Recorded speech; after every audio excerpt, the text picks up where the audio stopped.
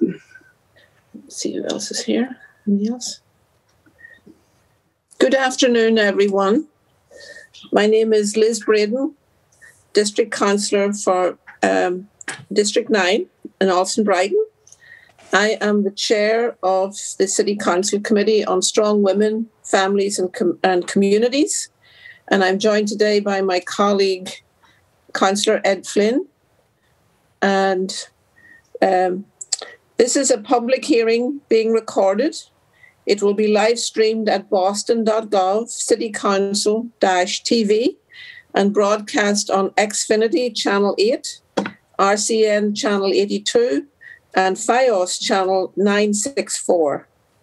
We will take public testimony at the end of this hearing. If you wish to testify via video conference, please email ccc.swfc@boston.gov to sign up.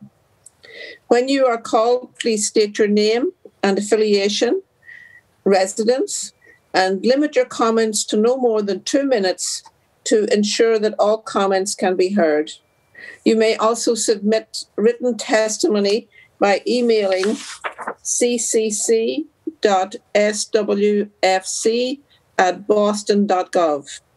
Today's hearing is on docket 0436, message and order authorizing the City of Boston to accept and expend the amount of $100,000 in the form of a grant for CAN Share Financial Year 2021, awarded by the donor group to be administered by the Office of Food Access. Let's see.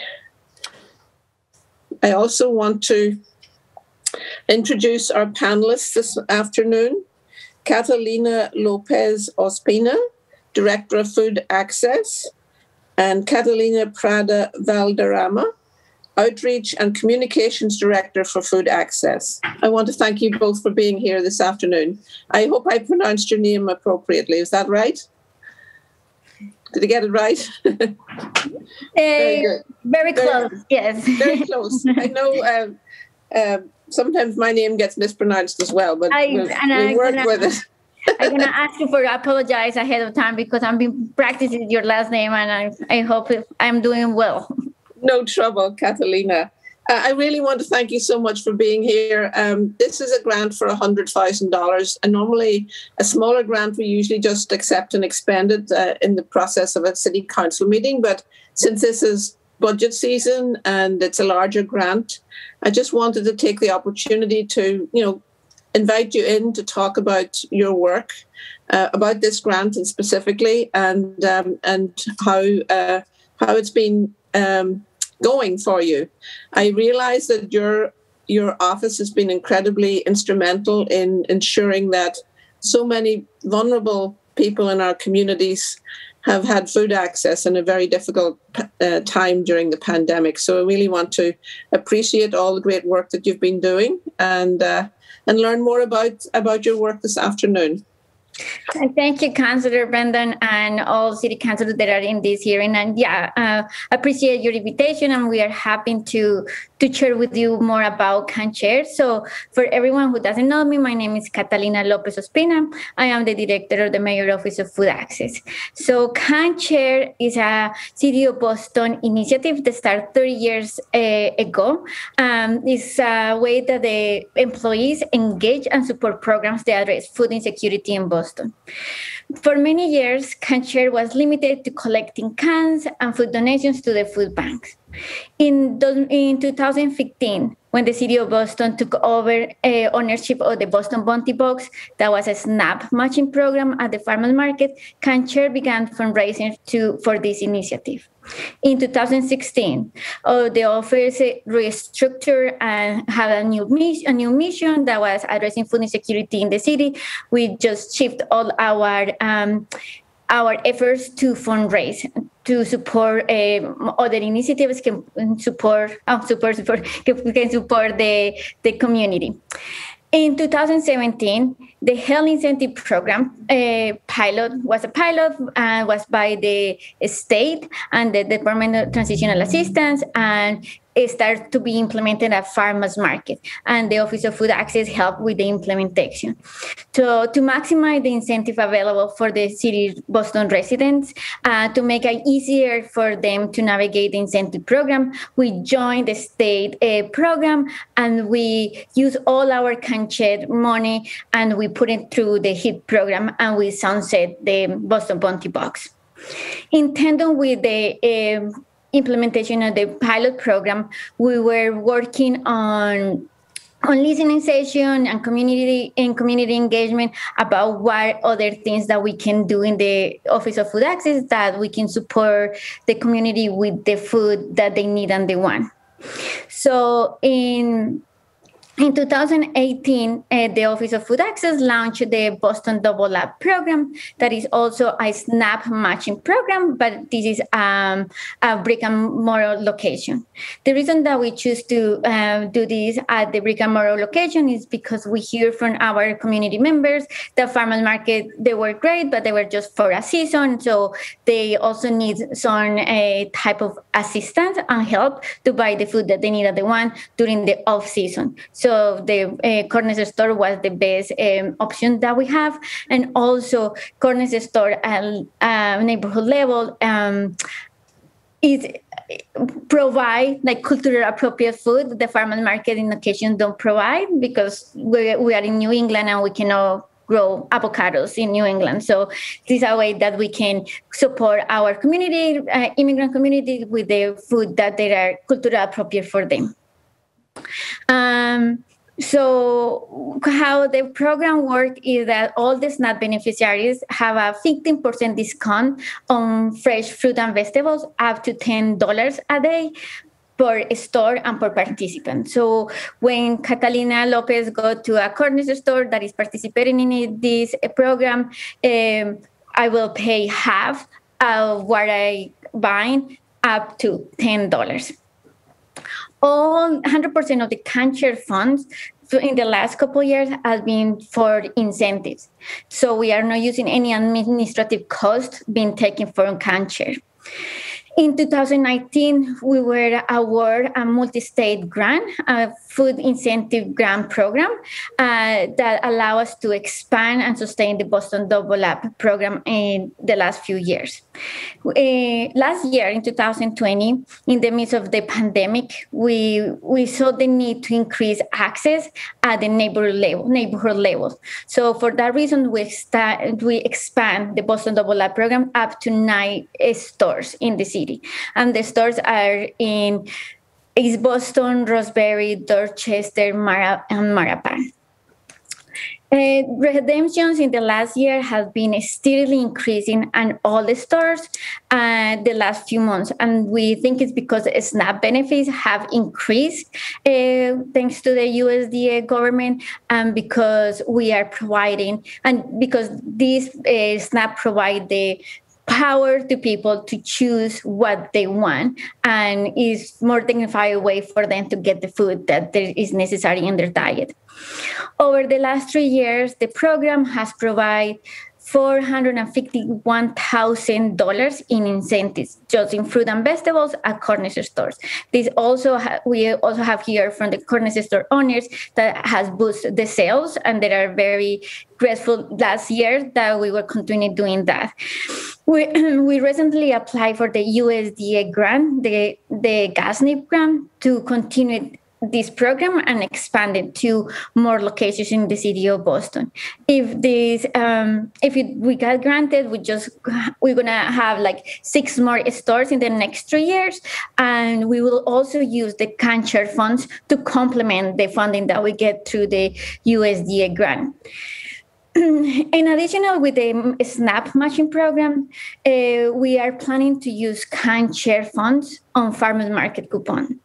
Last year, thank you to the Boston Resiliency Fund, we coordinate with Mass Farmers Market Association on pilot the farmers market coupons that were called like wicked coupons. In this pilot we provide coupons to all residents in the city of Boston without any restriction on what they can buy, and they're nowhere tied to SNAP benefits. So for those who you know about the health incentive program, it's a SNAP matching program that is you just get the benefit if you are a SNAP recipient, and you can just buy fruit and vegetables. So our pilot program with the coupons was open to everyone. So we were trying to capture the immigrant population that doesn't qualify for the SNAP. And we also opened the opportunity to get the dairy, the protein and bread that were needed for their diet. In 2020, in the summer 2020, we redeemed $113,000 on farmers market coupon. Knowing we hear from our farmers market manager that was a great tool for them to bring business to the farmers market, also to support their community, we extend the farmers market coupon through the winter to the 5 farmers market that are open in this season. And so far, there have been $23,000 being redeemed. Currently, we are planning the second season of the summer farmers market coupons. We are hoping that all farmers market in the city participate in this program. We are expecting that we will be serving over 2,500 families with the coupons. We will be working with community organizations, serving the immigrant population, or serving other vulnerable populations that can help us to distribute the coupons to those who are more in need. We are excited that CanShare funds will be used to support the immigrant population and expand our support beyond of the SNAP users. So that's all I have overall about CanShare. I'm happy to take questions. I'm happy to share with you that what we will be doing with the funds that we will get in through the CanShare fundraiser. Very good. I'd just like to note that Councillor Julia Mejia has joined us. I will pause for questions right now. Any questions so far, Councillor Flynn or Councillor Mejia? Yeah, thank you. Thank you, Councillor Braden. Thank you, Catalina, for your excellent presentation. I think in my opinion, the 3 most underrated and most important departments in city government are food access, language access, and Office of Immigrant Advancement. I have incredible respect for the role in what you do working on behalf of the residents of the city. So I want to say thank you to you and your team, especially over this difficult period of time. But food access really stepped up to the plate in providing food to families in need, to our seniors, to our immigrants, to low-income families and persons with disabilities. So I want to say, on behalf of myself and in the city, thanking you and your team. Thank you, Councillor Flynn. Thank you. Well, I guess the only question I have is, as we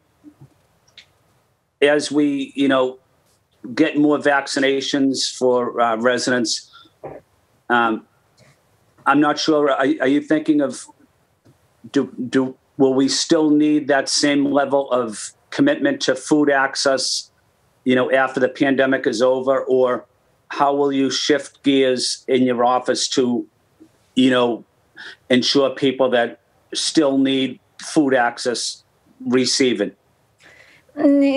Great question, Councillor Flynn. We are planning to transition the emergency feeding program to something that is more sustainable. So our goal is we're going to continue with our emergency feeding programs until July, and all the organizations that have been working with us will receive the coupons. We know that the effect of the pandemic and low-income residents is gonna be many years with us. So we think that we're going to continue putting a lot of effort to support low-income residents with access to food.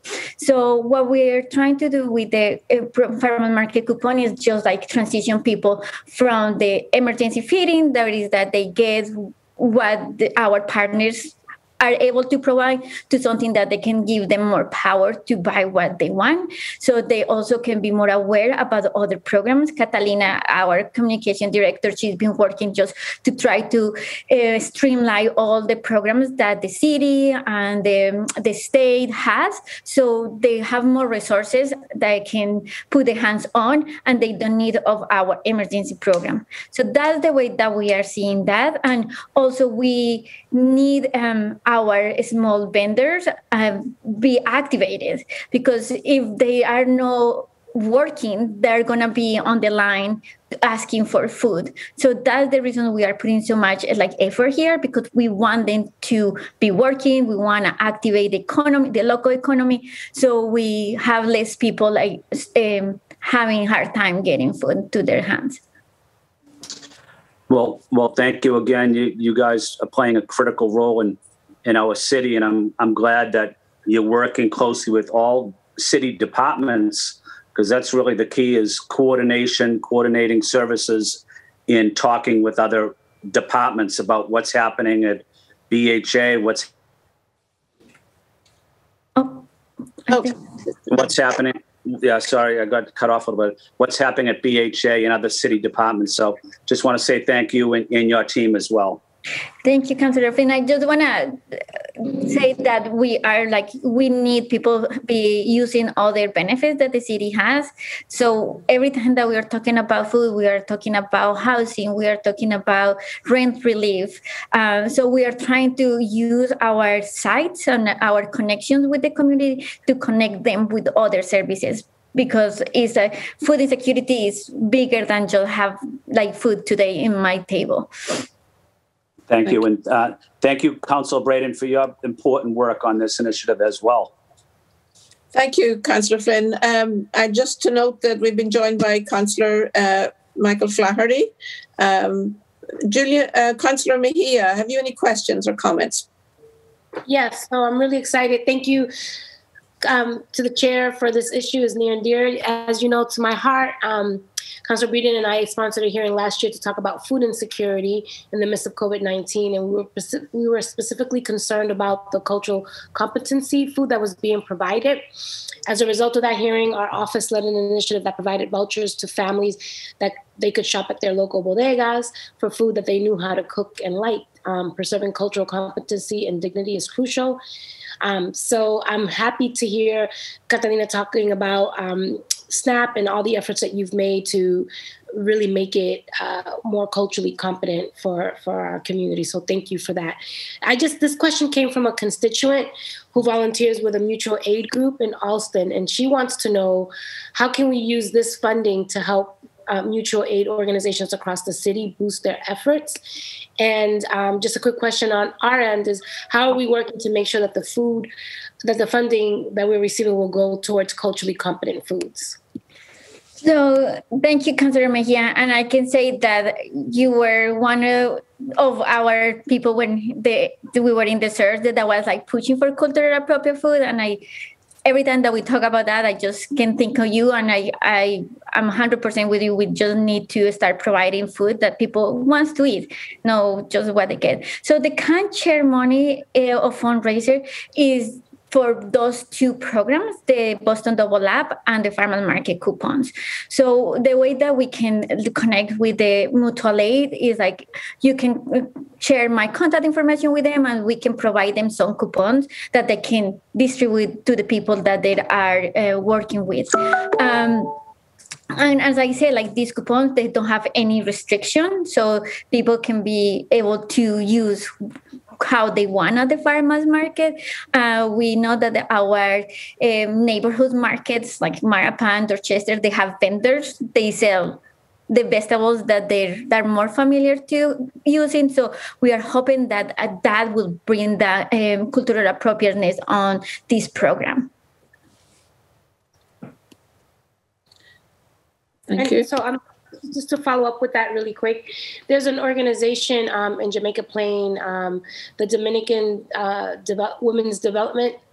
It's led by Magali Strancoso, and I know that her organization has been working really hard at making sure that people have access to food, and I'm curious, are you going to be looking at funding programs that you have during the COVID relief efforts, like the Women's Development Fund and other organizations that are more smaller? Like smaller nonprofit organizations, I guess, is my concern about making sure that they also have access to some of those dollars. So, Councilor Mejia, that what we are doing now with the farmers market coupons, we are engaging with grassroots organizations. Through the city, we have over 24 organizations that been in contact with us, that we are providing the resources that we have. We have been in contact with this organization, and if you can put me in touch with them, I'm happy to include them on the list of the organization that will receive farmers market coupons. Okay, thank you. Great job. Thank you. Councillor Flaherty, do you have any questions or comments? No question, Madam Chair. Obviously, it's a great program. Happy to support you in your efforts, and also Council Flynn. And we did a lot of work throughout the pandemic, working with the folks that were doing the food distribution. I happen to think that Mayor Walsh did a phenomenal job in the administration getting food resources to as many folks that we could, and many folks that we needed. But I also want to give a shout out to all the restaurants that were struggling themselves, but stepped up and partnered with us, and were providing meals as well. So all around, just a great job. And I'm happy to be participating, obviously, with you, Madam Chair, this afternoon, and look forward to your committee report and to vote favorably for when you tell us to do so. Thank you. So, Catalina, can you just go a little more detail into how many farmers markets we have in the city, and how I think you mentioned that in 2020 there was 113,000 farmers market coupons went out, and then in the winter time, another $23,000 in coupons went out. So can you tell me a little more about how many markets we are there and where they're located in the city? So we have in the city of Boston 24 farmers market. They change the number of farmers market change year by year because some start, other ones don't come back, but they are all around the city of Boston. In the winter, we have 5 farmers market. It's just because those organizations have the capacity to host that. As last year, we have farmers market in all the neighborhoods in the city of Boston. So at least one farmer market in the city of Boston. So we have a meeting with all the farmer market managers that we have in our database for the last 3 years, and we invited them 2 weeks ago to a presentation about how the farmers market coupon will work, and we are hoping that they get motivated and they want to participate in this. The only thing that they have to do to be farmers market participate in the farmer market coupon is just be a City of Boston vendor, and many of them that already are. We are not putting any constraints or any process for them to be part of that. So if they just are City of Boston vendor and submit the paperwork they have to submit every year on time, they will be part of that, and we will announce them as a part of the farmer market coupon. Other thing that the city has done to bring more farmer market and more vendors this season is that the ISD has waived all the farmers market vendor fees. So everyone who wants to sell on the farmers market is welcome to come to sell the produce that they wanted to sell. Thank you. I have to say, we have a farmers market in Brighton, Alston Brighton, in the summertime up at near the senior centre. And this last summer, in the midst of COVID, it was a resounding success. And I think your coupons, these coupons that we're talking about, had a great impact. There's so many elderly seniors on limited income were able to use the vouchers and buy fresh produce. And as you say, be able to choose foods that they'd actually want to choose rather than be given food by somebody else. So it's respectful, and it respects their cultural preferences and their dignity. So I think it's really, really a great program. And then the winter market, we had, is it 5 farmers markets in the winter? Yes. And Brighton is one of them, and they have coupons, and they are doing very well. Yes, and our last farmers market will be this Saturday, the last winter market before the summer one. So it has been a resounding success as well, and I think it says a lot about the folks who organise the farmers markets and your support. It takes a team, it takes a village, and I really appreciate that partnership that you have with the market managers. Can you tell us a little more about the CanShare donor group? Like who makes up that group? Who are these generous people who put money in the kitty fars? So this fundraiser is City of Boston employees. So last year we don't have CanShare, but in the past, like City of Boston departments, like sell cookies, make raffles. Everyone just come with put the creativity to float and bring ways that they can raise funds, and all the money goes to the CanShare. And at the end of the fundraising, we just choose the department who will raise the most money, and the mayor goes and give pizza, and it's a celebration. But it's everything that we have done with the CanShare in the past years is with the City of Boston employees, and the City Council has also participated in the last 5 years that I've been leading this effort. Thank you. And I know it's budget season, so it would be remiss of me to ask in terms of budget and looking forward to the next year. Are there particular concerns that you see on the horizon? I think we're still in the midst of a public health emergency. Are there particular concerns that you see, or any issues you'd like to raise up? I just want to, as I mentioned earlier, like the food insecurity is going to be, even if everyone get vaccinated in the City of Boston, we know that it's going to take a long time to go back to the place that we were. That was no good place for the start, because at that point where 60% of our Boston residents were food insecure. So we have a lot of work to do ahead of us to make, to solve food insecurity in the City of Boston. So we are being very thoughtful the way that we want to do. I just want to say that thinking in our recovery in the future, we are thinking about giving the community the power to find the solutions that work for their communities. We learned last year that we put a lot of food out and we were just giving emergency food, but we also learned from many community organizations it's a way to do it on their community. So that's something that we really want to strain in the next year moving forward, just provide more support to the community organizations. As you say, Councillor Brandon, we want to give the people the choice to buy when they want, where they want, what they want. So that is other thing that we are looking in our budget, is like increase people power to make those decisions. And the other thing that we are looking into our budget is how we can be better connecting Boston residents with the services that are already there. So I can say like we did a lot of outreach, we did a lot of material out, but even so, we hear every day it's like people didn't know that you were there doing that.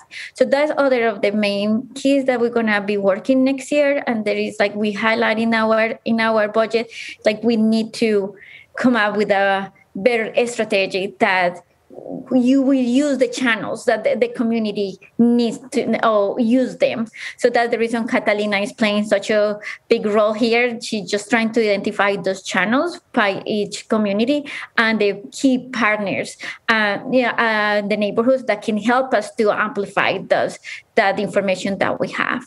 Very good. Catalina, the other Catalina, would you like to speak a little about your outreach and communications efforts to amplify the impact here? Sure, Councillor.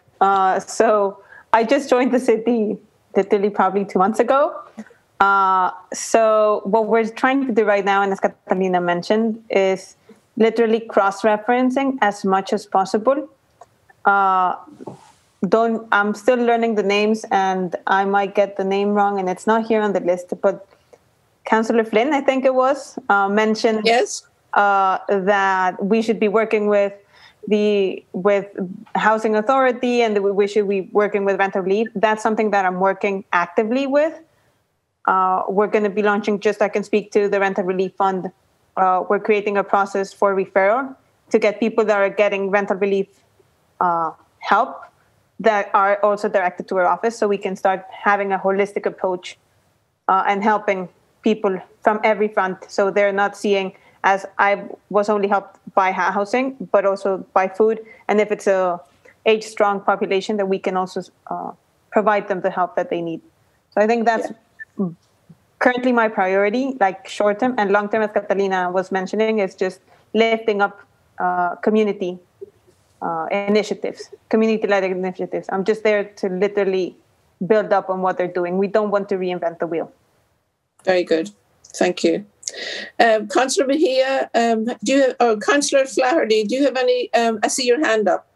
Thank you, Madam Chair. Just had a question. I was curious to see how many of our farmers markets and mobile vans accept SNAP and HIP, which is the Healthy Incentives Program, where people receive the financial incentive for purchasing fruits and vegetables. And also was curious if there were any partnership with our community health centers at the farmers markets, given that, trying to get folks to reconnect and or those that aren't connected with their community health centers, whether it's through testing and or the vaccine process, that they have an opportunity. I know, for example, in my neighborhood, the farmers market down in West Broadway is sort of almost across the street, kind of diagonally across from the community health center. And if you think about some of our other neighborhoods, they're somewhat similarly situated. So just curious on those couple of points.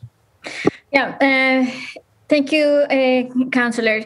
In 2017, when the Health Incentive Program started, I took all the time that I had at that point to make sure that every single vendor that is eligible for the SNAP were a SNAP vendor. So I help over 100 farmers and vendors to become a SNAP retailer. So at this point, I can say that every vendor that is eligible to receive a SNAP is already doing it.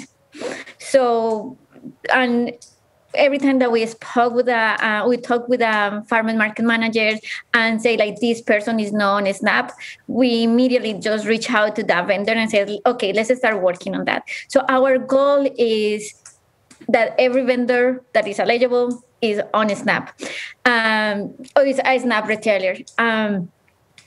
We work very close with health centers. So we have like three or four farmers market. I'm sorry, I don't remember well the number, that are very connected with the farmers market, and there is referrals to the farmers market. There is a staff of the health center working at the farmers market, or even like hosting that. I know the Bodona in Geneva farmers market is hosted by the health center.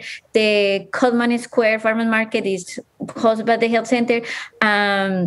And the Dodd House in Dorchester is also done by the health center. So we always looking for those connections, and we always been talking with the health centers, telling them about the farmers market. The Health and Human Services and Boston Public Health Commission have very good relationship with them. And as the season approach, we will be talking with them to just making sure that they know where they are, what is closer to them, and where they can refer their their patients to the farmers market.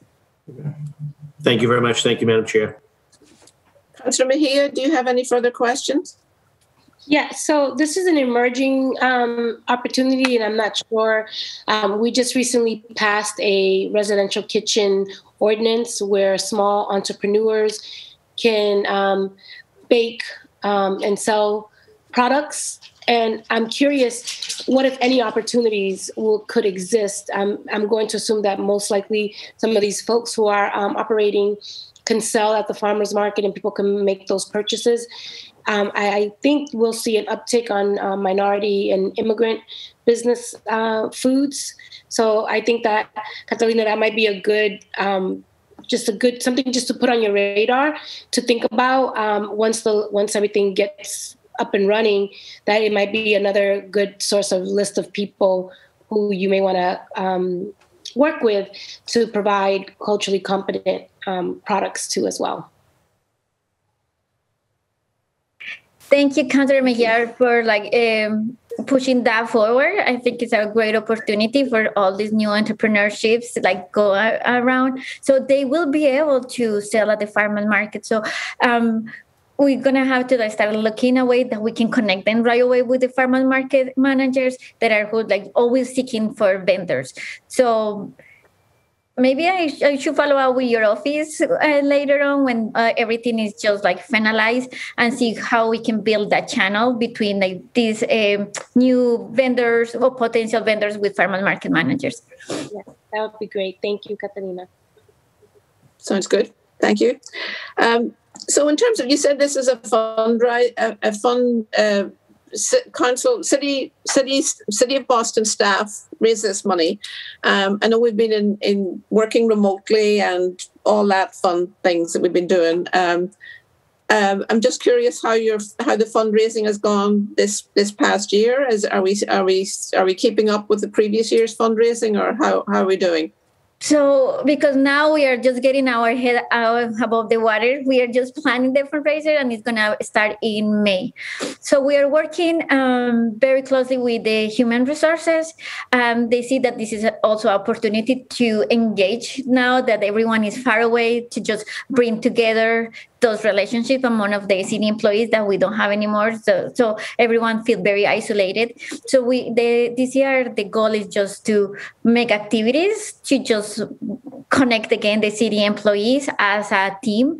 Catalina has been more involved on the CanShare planning, so she can give you more information about that. Yeah, sure. So just to recap, last year we didn't have CanShare. This is the first time that we're going to be launching it virtual. As Catalina mentioned, we're launching it on May, and we expect to have each department have a champion, and they would be in charge of just creating and adapting however they wish to engage with their employees. We will provide a toolkit in which they can take ideas from, but we're just letting them a bit completely invent the path, because we are creating it as we go. I'm completely honest. So that's what's going to happen. We are probably in 2 weeks, we will start talking with the coordinators, or the champions, how we're calling them. Well, I wish you all the best with that. Councillor Mejia, if do you have any more comments? I think I'm very happy to support this grant. I welcome the opportunity to just talk with you all and find out about the great work you're doing. And don't hesitate to reach out to this committee and to ourselves if there's anything we can help you with. So if there's nothing else, just checking in. I don't think there's anyone. There's no one waiting for public comment. Okay. Well, with no more ado, I will now close this hearing and adjourn. Thank you. Thank you so much. Councillors. Bye. Thank you.